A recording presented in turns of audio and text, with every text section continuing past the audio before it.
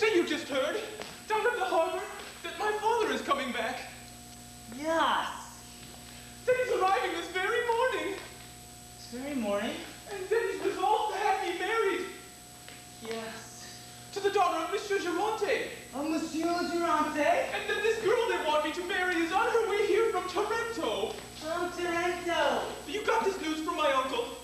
From your uncle? To whom my father wrote it in a letter. In a letter? And my uncle, you say, knows everything we've been up to. Everything! For God's sake, man, talk! Don't repeat everything I say. What is there left to talk about? You said it all. You've got it all. Well, then give me some advice. Show me a way to get out of this rotten mess. Well, it's just rotten for me, too. I could use a little advice myself. What is it, Monsieur Octave? What's the matter? What's wrong? What's bothering you? You look a little upset. Oh, Scapin, I'm lost. I'm in despair. I'm the most unfortunate man alive. How so? You haven't heard about what's happening to me? No. My father is returning with Monsieur Geronte, and they want to get me married. Well, what's so horrible about that? Alas, you don't know the trouble I'm faced with. No, but all you need to do is tell me. I've got a friendly ear, and I'm the type of guy who likes to help young people when they're in trouble. Oh, Scapin, if you could think of something, find some way to get me out of this misery, I'd be grateful to you forever. Well now, to tell you the truth, there are hardly any problems I couldn't solve if I put my mind to it. I do believe the good Lord has bestowed upon me a genius to come up with those flashes of intellect, those ingenious stratagems which the vulgar and ignorant call manipulation. And if I do say so myself without undue boasting, there's been no man alive who could ably work out plot schemes or who has achieved more glory in this noble profession than myself. But enough about that. Tell me, what's your problem?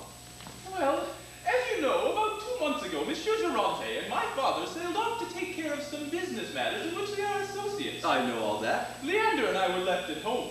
Sylvestre here was supposed to take care of me, and you were to look after Leandre. Yes, and I've done my job pretty well. Sometime later, Leandre met a young gypsy girl and fell in love with her. I'm well aware of that. Since we're such good friends, he soon confessed his love to me and took me to see her. I found her pretty, but to tell the truth, not as pretty as he led me to expect. He talked about her all day long, constantly exaggerated her beauty and her grace, praised her wit, rapturously told me what pleasure he took in being with her. Where is all this taking us? I was curious, so I urged Leandre to go in with me. We enter a room where we see an old woman dying, a servant muttering prayers, and a young girl sobbing. The most beautiful, the most touching girl you have ever seen. Aha! Any other girl would have looked frightful in the state we saw her in. She wore nothing but a pitiful little skirt, a bodice made of cotton. On her head was a yellow bonnet which let her hair fall loosely around her shoulders. Even so, she was radiant. Everything about her was graceful and charming. You finally come to the point. Oh, Scapin, if you had seen her, in the state I saw her in, you too would have found her irresistible. Oh, I don't doubt it. Even without... Oh, Scapin, even a savage would have loved her. Oh, of course, how could we help it? After a few words with which I attempted to pacify the charming girl's pain and grief, we left. But does come from a good family. Therefore, she's not to be pursued unless his intentions are matrimonial. All these obstacles only increase all of his love.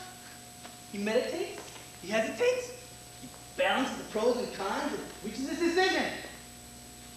They've been married for the past 3 days. I see. We both all excited over nothing. What's there to be so upset about? You should be ashamed to panic so easily. What the devil? Here you are, all big and strong like your father and mother, yet you seem unable to use your head, to force your brain to come up with some pretty plot, some suitable stratagem to solve this mess you're in. I turn them into fools before your eyes. Why, even as a youngster, I can upstage anyone with 100 pretty tricks. I admit that God has not given me your talents. Got you in trouble with the law and order. You're weeping. Why the tears? Do you doubt me? Do you think I could ever be unfaithful to you? Aren't you sure of my love? Oh, yes, Oh, yes, Octave.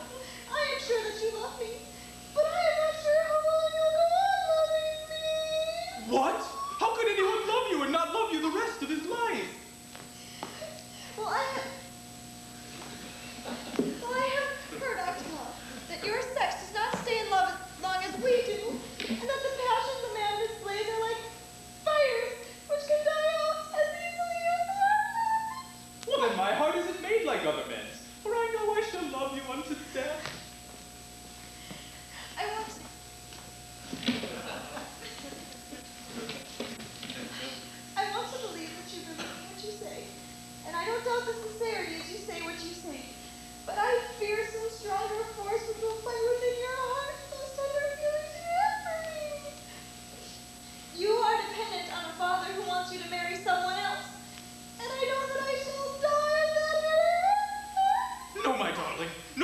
could ever force me to be unfaithful to you.